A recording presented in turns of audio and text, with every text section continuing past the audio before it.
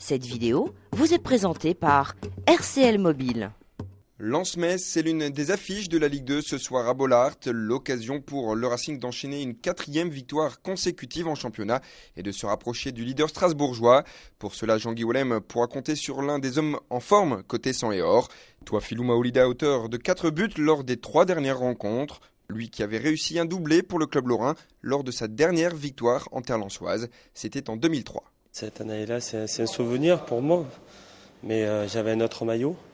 J'ai eu la chance de faire un doublé à Bollaert. En plus de beaux buts, surtout le premier où je mets une frappe angle fermé qui va en pleine lucarne. J'espère ce soir avoir la réussite et la chance de, pourquoi pas, déjà marquer 1 et si la chance d'en marquer 2 pour le Racing et quand même 2-0, ça serait magnifique. Mais comme j'ai dit, le plus important, ça reste au collectif. Et si on peut gagner qu'un 0, c'est un but d'un autre joueur, je serai le plus heureux aussi. Maolida, certes, mais pas seulement. C'est un vrai collectif dont aura besoin l'équipe pour espérer prendre les 3 points de la victoire.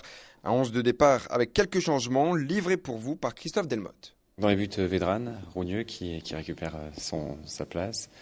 En défense, donc de droite à gauche, Johan Demont à droite. Dans l'axe, Éric Schell, Romain Sartre et puis à gauche, Grégory Vignal.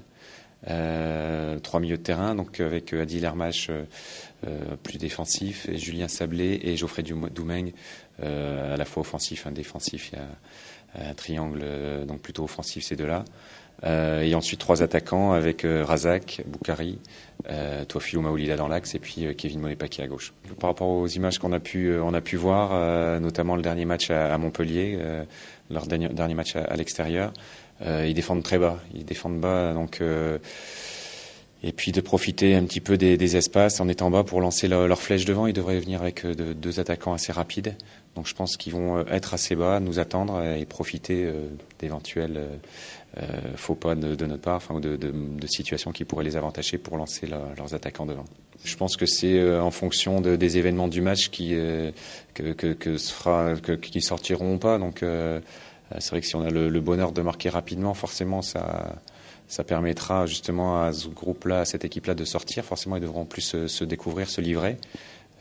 Donc ce sera à nous de profiter des espaces qui pourront se créer. Mais je pense que dans un premier temps, ça risque d'être fermé de leur côté. Ça risque d'être un groupe assez hermétique, une équipe hermétique.